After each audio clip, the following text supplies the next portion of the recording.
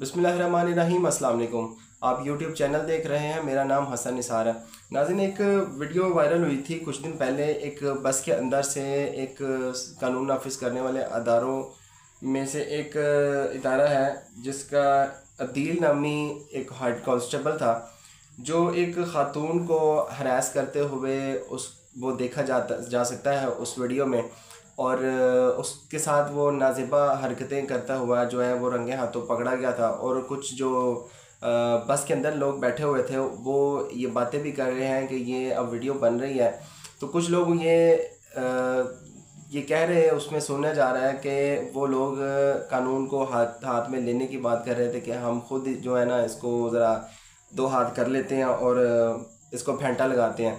लेकिन उसके बाद ऐसा हुआ कि उन्होंने ऐसा तो नहीं किया, लेकिन उन्होंने जो वीडियो थी वो इंटरनेट पे दे दी और वो वीडियो जो थी वो वायरल हुई दिनों में। और फिर बाद में जो कानून नाफिज करने वाले अदारे हैं उन्हीं के बेटी भाई लोग वो हरकत में आए और उन्होंने उसको गिरफ़्तार करके जो है वो जेल में दे दिया। अच्छा, अब यहाँ पे एक इदारा बनाया है हमारे हुक्मरानों ने, सीसीडी के नाम से। वो उसका अदारे का काम यह है कि जितने भी इस तरह के जो ख़वातीन को या बच्चों को हरास करते हैं और उनके साथ नाजिबा हरकत करते हैं, उनको वो पकड़ने की कोशिश करते हैं, लेकिन वो नाकामी होती है उनको ज़्यादातर पकड़ने में। क्योंकि वो पकड़ तो लेते हैं लेकिन रंगे हाथों या ऑन द स्पॉट उसको नहीं पकड़ पाते। लेकिन उनका मुकाबला जो है वो उनके साथ ज़रूर होता है। मुकाबले में होता यह है कि उनकी पिस्टल्स होती हैं उनके पास और वो उनके नेफ़ों में चल जाती हैं और वो उनको सीसीडी जो है ना वो ज़्यादातर रेस्क्यू बन के उसको ज़ख्मी हालत में ही पकड़ते हैं और उसके बाद उसको जो है वो गिरफ़्तार करके मुतलका जो थाने होते हैं उसमें वो ट्रांसफ़र कर देते हैं। अब कुछ कुछ लोग जो जिनके हाथ ज़ख्मी हो जाते हैं, किसी का बाजू टूट जाता है, किसी की टांग टूट जाती है, किसी की पिस्टल जो है उसके नेफे में चल जाती है। लेकिन एक ये वाहद ऐसा केस देखने में आया कि अदील नामी ये शख्स है, हेड कांस्टेबल है, उसको वर्दी समेत जो है वो गिरफ़्तार करके थाने में दिया गया। ना उसकी कोई ख़ुद की जो गन थी वो चली, ना उसका कोई हाथ टूटा, ना बाजू टूटा, और सूद समेत साफ़ सुथरा उसको जो है ना वो गिरफ़्तार करके उन्होंने थाने में दे दिया। हैरत की बात यह है कि वाहद इसके कोई साथी भी नहीं छुड़वाने आए इसको, और इसके नेफे में जो है वो इसकी सरकारी पिस्तौल भी नहीं चली।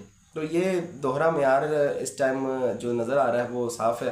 अब आवाम ये उम्मीद करती है कि आने वाले दिनों में हो सकता है कि उसको पेशी के लिए लेके जाते हुए कोई उनके दोस्त अब यार बेनी जो भी उसके हैं उसको छुड़वाने के लिए आएँ और इस जुर्म में जो उनके साथ बराबरी के शराकतदारी रखते हैं वो उसको छुड़वाने आए। और हो सकता है वो कोई उसका फायरिंग के तबादले में उसको कोई ना कोई जो है ना वो ज़ख़म पेश आ जाए।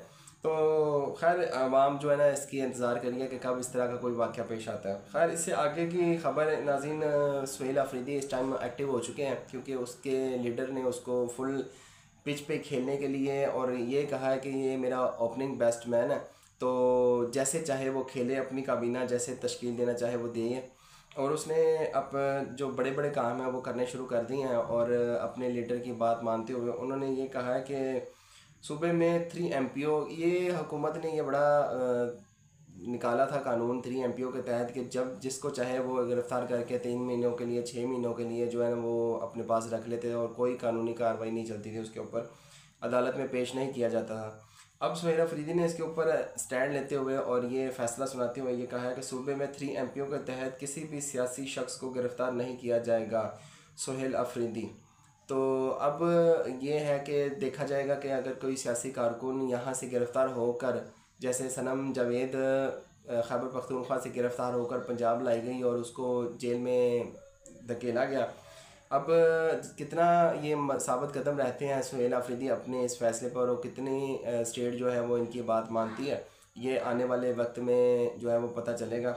अब नाज़रीन, कुछ सुहेल अफरीदी ने बहुत बड़े कदम भी उठाए हैं और ये बातें जो है वो देखने में आ रही हैं कि वो बड़े बड़े काम जो है ना वो करना शुरू हुए हैं और यूनिवर्सिटीज़ और फंड्स वगैरह जो है ना जो मंजूर हुए थे ऑलरेडी वो उनको जारी किया। और नए कोई जो प्रोग्राम उनको शुरू करने से उन्होंने साफ मना कर दिया।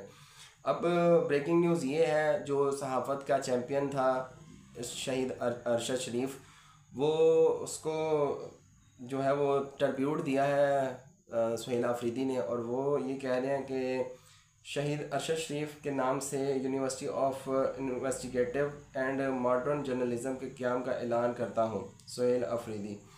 ये एक खराज तहसीन है शहीद अरशद शरीफ को। ये सहाफ़त का सुल्तान था, और इन्वेस्टिगेटिव जर्नलिज़म जो थी वो अखीर थी शहीद अरशद शरीफ पर, और उस जैसा एक हीरा ही था पाकिस्तान ने जो खो दिया है। और जिन लोगों ने भी उसको मरवाया, शहीद किया, उन लोगों ने एक माँ को जो रियासत है उसको, उसकी गोद उजाड़ी है, उसको तबाह किया है एक हीरे इंसान के वजूद से। और अब वो अपनी जो आखिरी आराम गाह है वहाँ पे वो आराम फरमा रहा है, लेकिन उसका नाम, उसका काम हमेशा लोगों में ज़िंदा रहेगा। नाज़रीन, आखिरी आज की ख़बर है वो मेरे पास, जो मोने सलाही के बारे में है, और वो शदीद लफ्ज़ों में जो पंजाब हुकूमत है उसके ऊपर वो तनकीद कर रहे हैं। और उस्मा बुखारी साहबा इसमें तनकीद की, एक तनकीद का निशाना है मोनी सलाही का। और वो साथ में जो सीएम मरीम नवाज़ हैं उसके ऊपर भी वो तनकीद कर रहे हैं, और वो ये कह रहे हैं, कल तक मैडम चीफ मिनिस्टर की कनीज़ अव्वल कह रही थी कि लाहौर का AQI यानी air quality index under control है। आज लाहौर दुनिया का दूसरा आलूदा तरीन शहर बन गया। झूठ का भांडा सिर्फ 24 घंटे में फूट गया। नाज़रीन, लाहौर में इस टाइम जो एयर क्वालिटी इंडेक्स है वो शदीद जो है वो बढ़ चुका है, और लोगों के लिए सांस की, खांसी के जो प्रॉब्लम्स हैं वो बढ़ रही हैं। और स्मोक के लिए जो इक़दाम उठाए गए अभी तक उन पे काबू पाते हुए नज़र तो नहीं आ रहा कि उन्होंने स्मोक पे कोई काबू पाया है। अभी सीज़न शुरू नहीं हुआ तो ये हाल है। और जितनी जो कोयला वगैरह इस्तेमाल करती हैं कंपनीज़ वगैरह, फैक्ट्रीज़ वगैरह, अभी तक उनके बारे में कोई जो शदीद कदम है वो नहीं उठाया गया।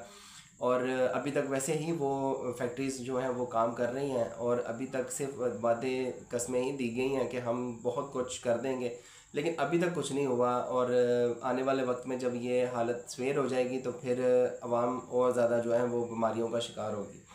तो नाज़रीन, ये थी आज की खबरें। आज के लिए इतना ही, मिलते हैं अगली वीडियो में इंशाल्लाह ज़िंदगी। तो तब तक के लिए अल्लाह हाफ़िज़।